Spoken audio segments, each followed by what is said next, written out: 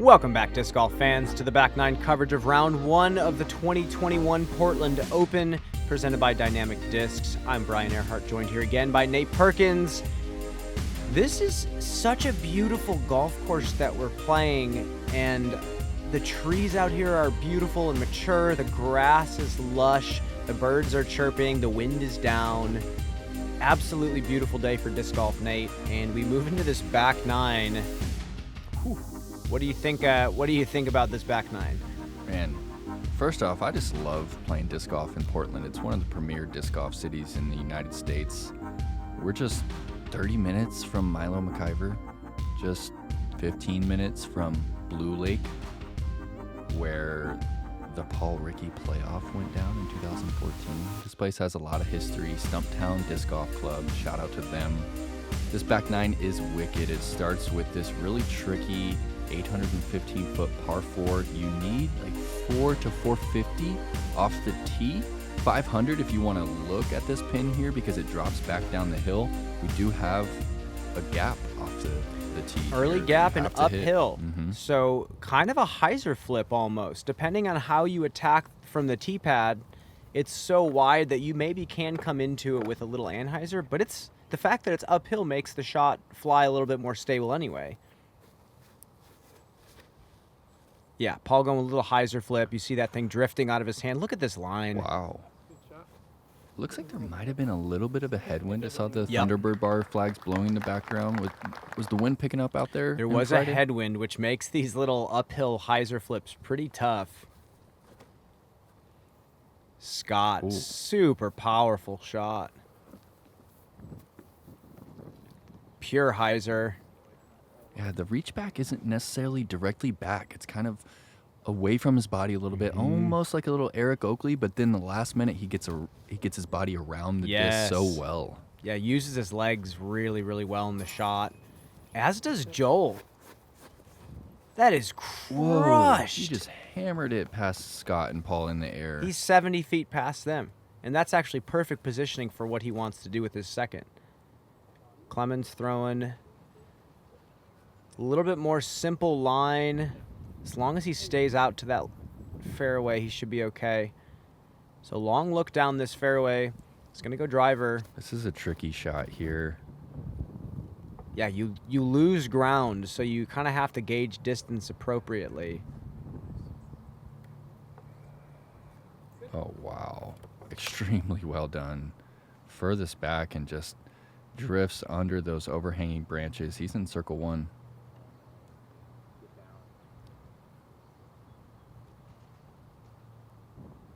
Powerful sidearm from Scott. Gets caught up in those trees. He might be in circle two, but pretty deep look for him.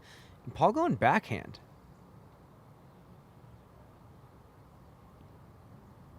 Oh, he's throwing a roller.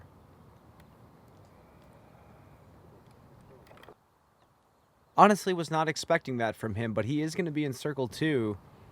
That's the same one that he rolled on 4. He's got a couple different discs that he's been rolling out here. And you wonder if it's like course specific for him too, if he put these in the bag because he knew he was going to have to throw a few different types of rollers. And Joel getting to go simple hyzer forehand down the hill, that is a far shot. Little zone from Scott under the basket for par. Paul for birdie.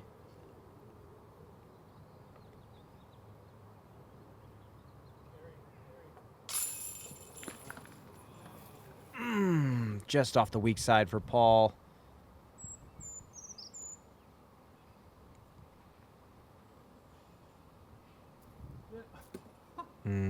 There's that low miss from Joel. Kind of just picking his upper body up a little bit instead of staying in on the putt.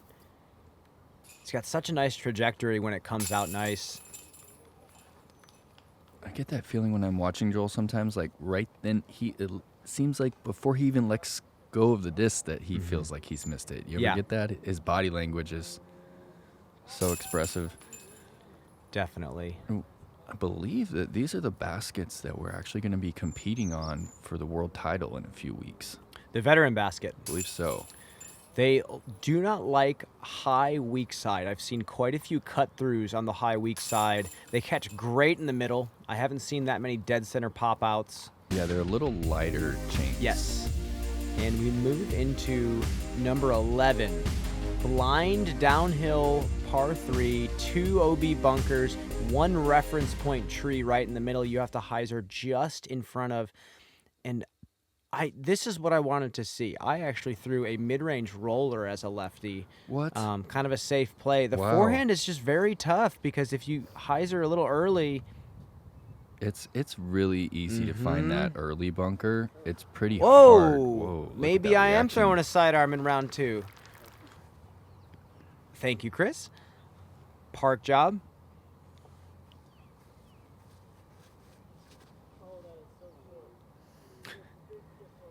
Paul says it's short. See, Ooh, that's the weird just thing enough. about this hole. Yeah. It was still penetrating forward enough, a foot shorter, and it just catches that first bunker. Nice and compact from Scott. This looks really good. Oh, no. Oh no, just gets And the shot that we killed. thought looked Yeah. good was the one that ended up short. Looks like Joel's going Firebird here. And this looks... I liked it. We'll see. He's Ooh, gonna you're like gonna it a lot like more it. when he walks up to the basket. Here we go, circle's edge. Yeah. Birdie for Paul, moving to 7 under par. I think he's setting the pace for the rest of the field right now. I think this is the number you want to start chasing. I knew double digits going into the week was going to be attainable if the player putted well. And that's the birdie save from the hazard bunker for Scott.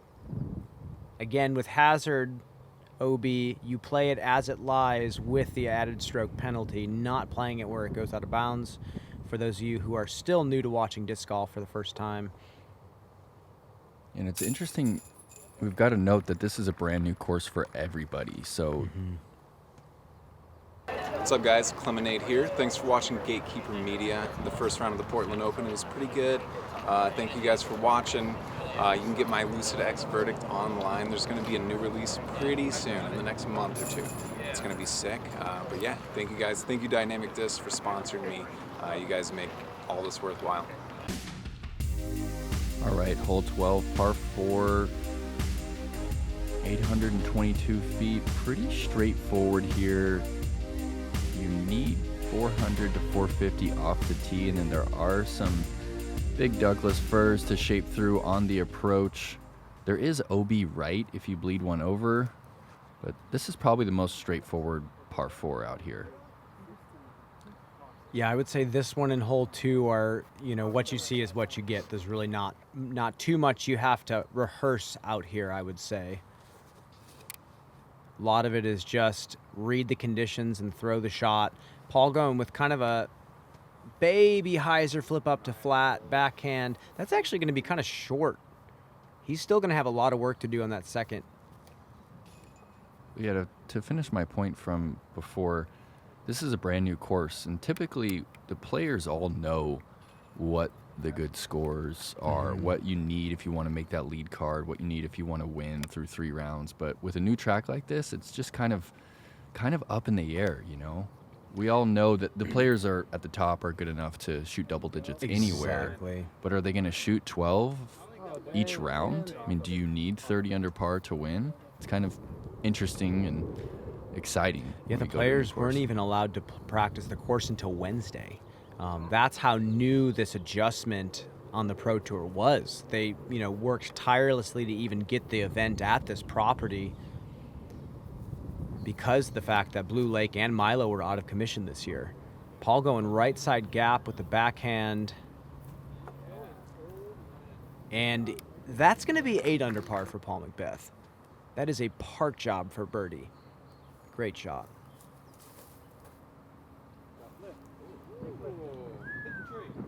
Yeah, he really just powers those sidearms. He doesn't have your typical whip, He's pretty far away from his body, but just powers. Reminds me of one of the most powerful forehand players in the game. Jake Lauber actually has that big wind-up swing. I think they both have very similar wind-ups in regards to the sidearm. I can see that, Yeah. definitely.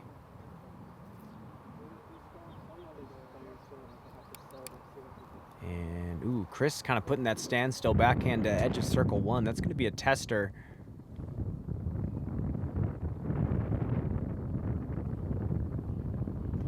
A little high for Joel.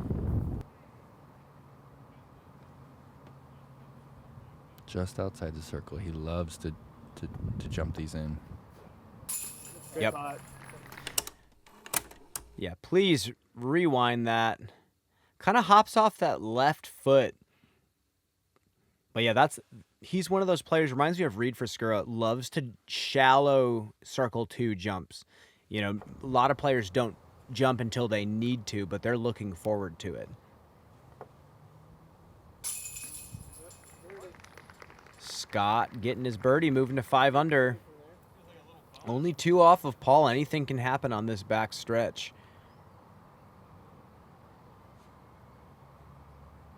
It's been great to watch Scott. I haven't seen a lot of him on coverage, and can see why he's, a 1030 plus rated golfer with over 100 wins. He's just got a solid all-around game. Mm-hmm. And also, plays in the Pacific Northwest, and outside of courses like this, a lot of woods. Hole number 13, uphill par 3, 360, low ceiling, tight gap. You can either go hyzer flip up the middle, or you can go low skipping backhand with a driver on the right side. I think this is an undertaker in Paul's hands, so. I'm hoping it is. This is the shot I want to see, just dead straight right at the pin. Going wide. A little short. Yeah, that wide route is pretty tough. There's a little bit of a low ceiling, and as you saw right there, that grass is really thick. You need to hit it on hyzer in a very specific spot if you want to get that skip toward the bucket. Yeah, I think that's kind of what begs you to go up the middle, is the fact that you can cover more ground. The ceiling is a little higher. Chris is also following that right side shot and getting denied for the 3rd time. That is 3 in a row on that right side. Let's see if Joel goes for it. He's going up the middle with a little flex. That's a great looking shot right there. Oh, just a little too much turn.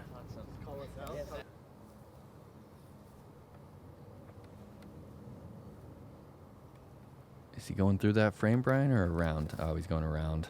I'm pretty sure with how short this grass is, he's happy just getting up there for a par at this point. Paul, though, you just never know when he's playing safe or not. Most of the time, he's not playing safe.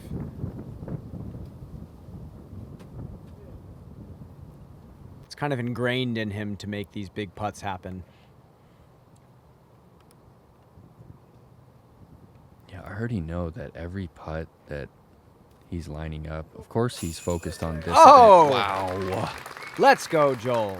And he kind of raises his arms again like, oh, I made one. And that's the trajectory I love to watch his putts come out. They're flat for so long when he gets them popped the correct way.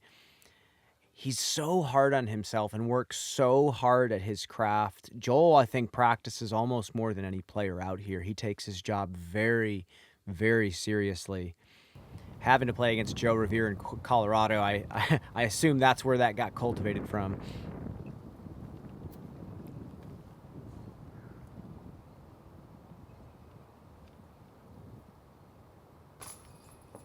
Oh, no. That kind of a 50-50. It could have trickled in. It could have flopped out. Yep, and this time he lost the coin toss. Yeah, he said half a spin right there.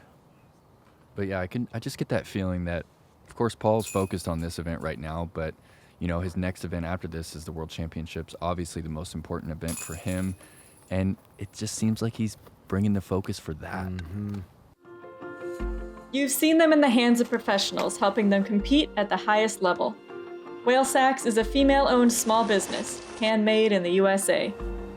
We are dedicated to outstanding grip for all disc golfers. right, hole 14. It is a 985-foot par 4. It means you got to throw 500 feet Twice. to have a look at it. It's The so saving tough. grace is the fact that, again, this is a left to right downhill tee shot. They're telling the righties they get to throw 600 feet off the tee. They're telling the lefties they can go 400 to 450. It's a right-handed world, Brian. Don't remind me. And Joel doesn't quite get on it the way he wants to. Want to go a little higher and off to the left. Here's his flippy force that he loves bombing on these long turnovers. Oh, is he He's going roller? Roller with the force, huh?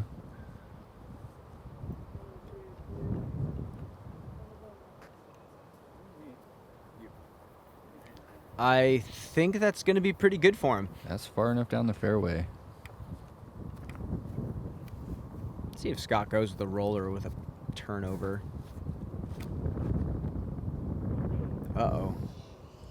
Actually might. Oh, it's too much cut. That's That's a headed distance for driver, hole huh? 2. Okay. Not a bad tree. Oh, and gets a little space to throw even. That's going to be no chance for a birdie from where he's at unless he's got 630 feet of hyzer power. And Chris, I feel for you here. You're just going to go with you're just going hyzer. Going hyzer and taking your 4. Yeah, it's a few times out here on this track, isn't it, Brian? A lot of the golf courses tend to do that, where it's a very cool shot to set the pros up for a max distance line off the tee, but that means you are kind of, per se, screwing over one side or the other. But again, Chris has the roller distance to get up to the basket, and that's kind of what the left-handed player has to do on this second shot. See what he tries. Yeah, he's just going with an playing air golf. shot. Yep.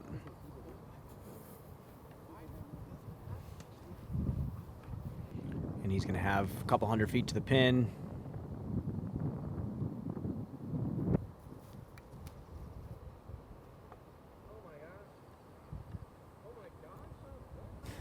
I believe there was a right-to-left crosswind out there, and his anhyzer just got slammed down by the crosswind. You saw, how it affected the rollers as well, kind of a similar result. Paul going smash, hyzer flip. Look at this. And that's going to get pushed by the crosswind, too. And he's still... That right there, if that doesn't tell you, I mean, he went smash roller off the tee and then a full flight. And Paul's one of the longer throwers on tour. Oh, absolutely. And what is he, 60 short, Brian? Maybe more. This is a tough par 4. Can we actually look? Who birdied this hole? I know Simon Lizotte birdied it. I'm so curious. I want to know the names. Yeah, there are definitely some birdies that have been notched on this hole, but Not a lot. no, and especially with the right to left crosswind, kind of shoving the max distance line down. I think if it flips to left to right, we could see a few birdies on this one. Because they'll have that helping wind Yes. on the tee. Yeah, for roller and air shot. Okay. Have that left to right, get underneath the bottom of the disc, or if it's rolling, kind of keep it on that cut angle as it's rolling forward. Look how far away he is still.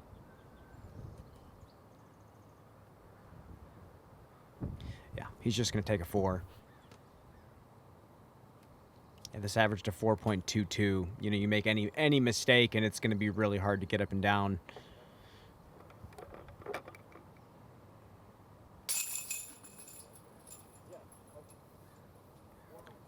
And we're going to see a bunch of pars out here.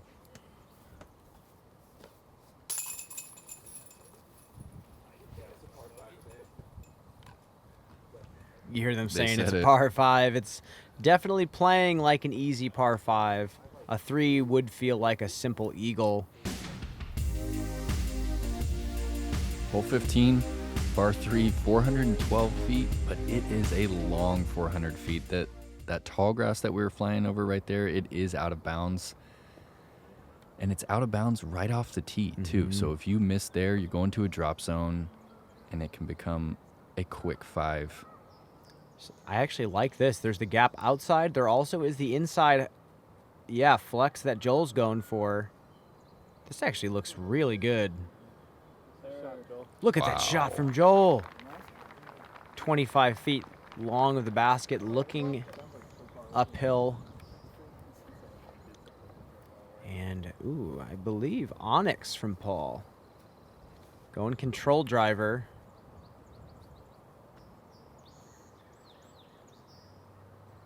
He's going to get on this one.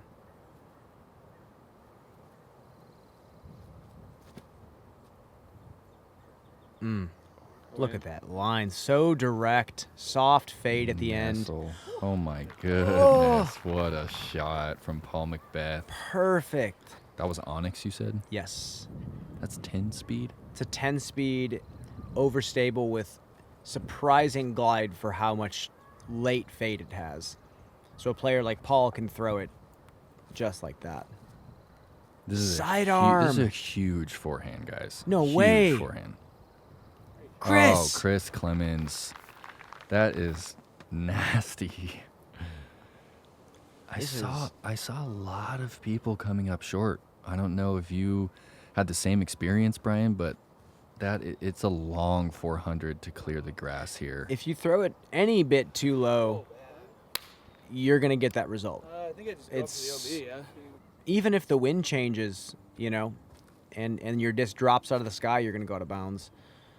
Scott is throwing a little too hyzer. As long as that sticks, he should be okay from about 20. I was under the impression that it's mandatory drop zone, but Optional drop zone. optional drop zone, okay.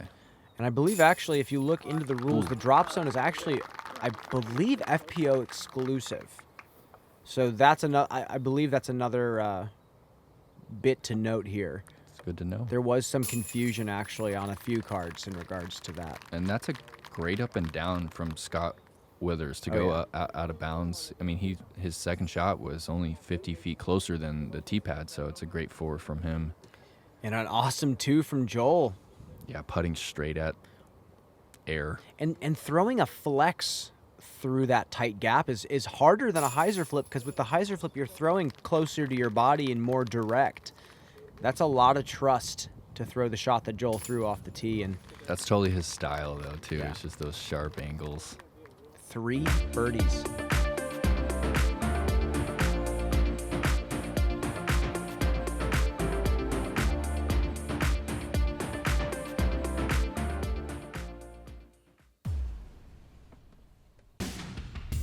Hole number 16, 445, par 3. There's that curbed cart path that's going to block the roller if you lay it down too early. Lefties are going to get to go power hyzer wide.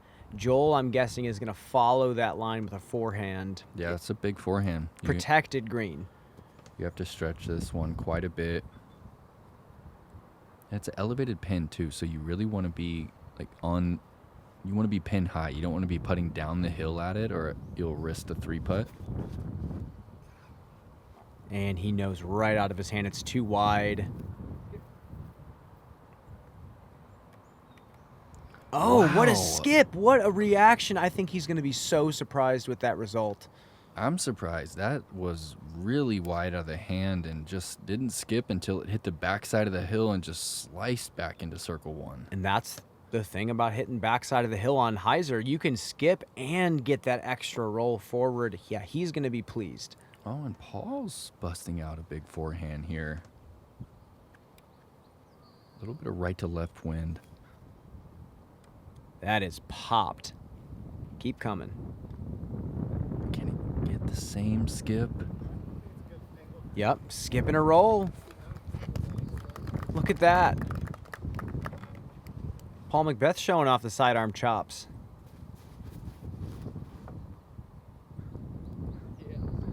And this is a good line. These low-hanging branches could block it. He's top of the hill.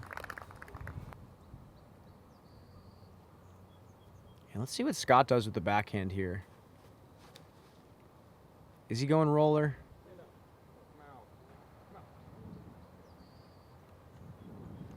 Just not enough air under that one. Ooh, a man of expensive taste. I believe that's a Get Freaky zone that he's flicking. If he ever needs to buy some last-minute Christmas presents, he can probably sell that one. Chris has a decision to make right here. Death putt.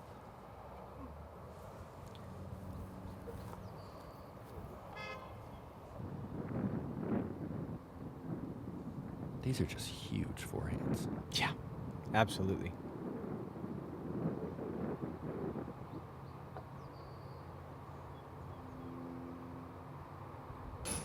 No, low miss from Paul. That was to go to 10 down. No, and both sidearms I hate to see it. not Just capitalized such- on. And Joel just hasn't had a great day on the putting green. And he's still 4 under par. He's throwing the disc well, isn't he? Throwing the disc extremely well, which out here I think is almost even more important than putting. If you're not throwing big, accurate distance shots, you don't even have a chance to putt for the birdie. Yeah, and if you're not ripping them early, it's just not a course you want to get behind on at all. Exactly.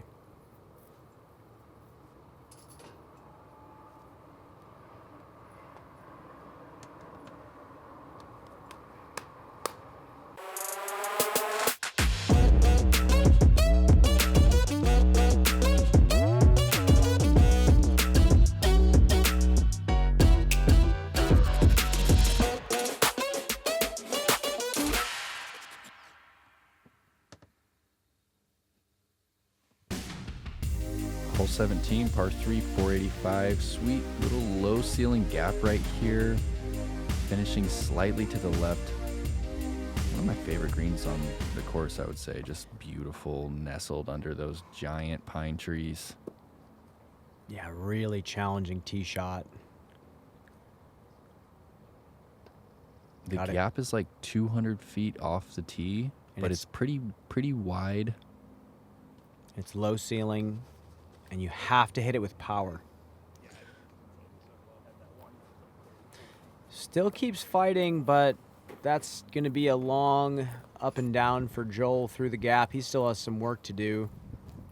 Paul, looking like he's got a force in his hands. Probably trying to go low and flat. Get a little forward flare up the hill.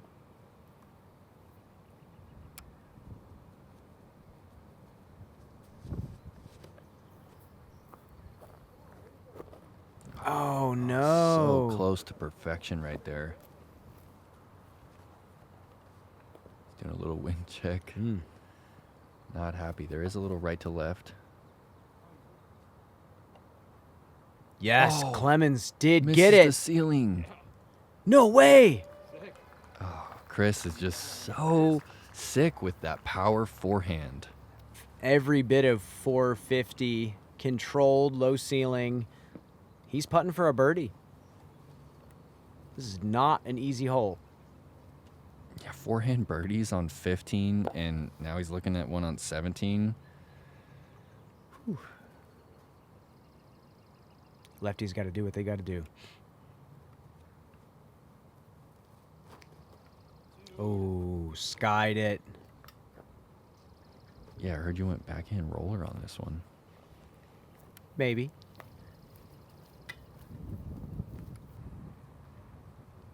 Oh, this is tough right here. These trees are at like 45. Those Guardian ones right there, they stop a lot of shots coming in.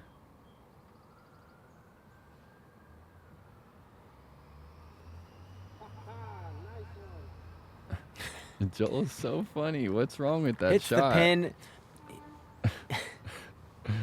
Some people just express themselves like that, though. You know, that's the way that they discipline themselves. You know, they're hard on themselves, and they're like, you need to be better, Joel, every time. Is this for par? This is for a par here from Paul. No. And he tacos his Crunching putter. that putter up.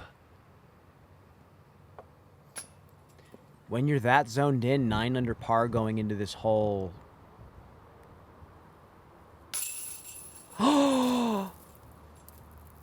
cut through on that high Double bogey, weak side. Brian. Hey everyone, Joel Freeman here. Thank you so much for tuning in to Gatekeeper's coverage of this round. Just want to shout out to my sponsors. They're all awesome. Black Ace Gear, Innova Discs, and Infinite Discs. Go support them. Also, look me up on my YouTube channel. It's called Joel Freeman Wholehearted. So, I'll see you guys there. Thanks again for watching. Here we are, hole 18. Uphill, uphill again. Long fairway, OB road on the right side. Mando left or right of these trees, and then we get up to this beautiful green with the elevated basket. This is a long shot. Players are going to be throwing an uphill hyzer flip. Lefties are going to get to go a little bit more turn on their shot. And Chris has put himself to a pretty conservative place, but this is a long, long par 5 to finish. It is. This is another one of those holes that if you card a birdie, you're going to remember it. Oh, yeah, definitely. And Joel getting a bit too much turn. Hopefully that sits down. I got the green flag there. It's so uphill to start. It's hard to really tell on the camera here. It's just so tough to cover the distance that you need with this first tee shot here. And some players can't even go full tempo because there is an OB green right in that 450 zone on top of the hill. So let's see what Paul does here. I'm still in shock from that double bogey, though. He was nearly flawless. Nice shot, Paul. And Paul has thrown a perfect drive off the tee. Slow hyzer flip that caught its flat spot right as it crested the hill.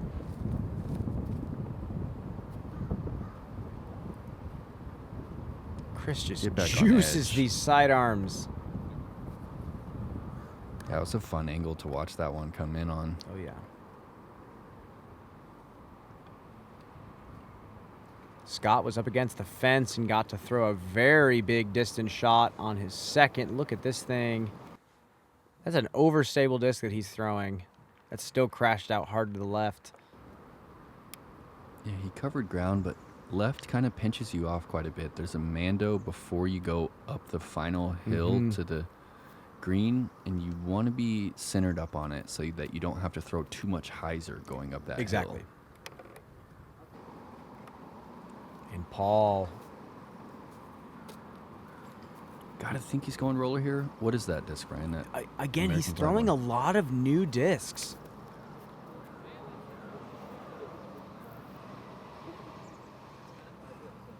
That is likely an Avenger SS that he's throwing. Look how straight it's rolling.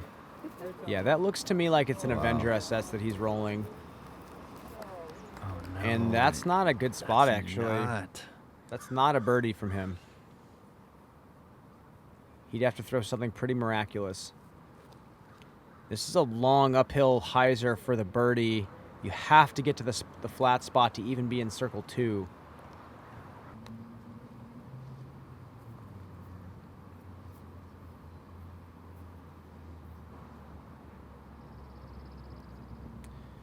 Gives you a good idea of how long it is. I mean, Chris had 3 decent air shots, and he's not even to the hill yet. Joel has a look. Oh, it's a good angle. Oh, what There he an is. impressive shot right there. He ripped over on that one. Just outside circle 1. And yeah, look what Paul has to do here. Up against the fence. He's going to have to throw a steep anhyzer. This is a distance driver in his hand. He's going to try to get this to pan all the way to flat. Oh, he's laying it down? Just don't think he got it the way he wanted it to come out. That's a tough angle. Yeah. Respectable round from Clemons. 4 under par as a lefty out here.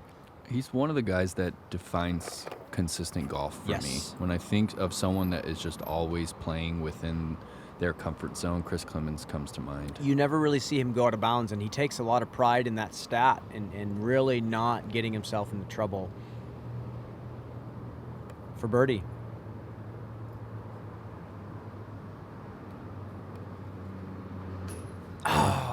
low again for Joel, and he's going to stay at 4 under par. If he gets that putter going, yeah. I think this course suits him very well with what he likes to throw. Yeah, it's been a treat to watch him play. It's been a treat to watch this guy play right here, Scott Withers. He kind of had a tough back 9. He's going to finish at 2 under par for the round.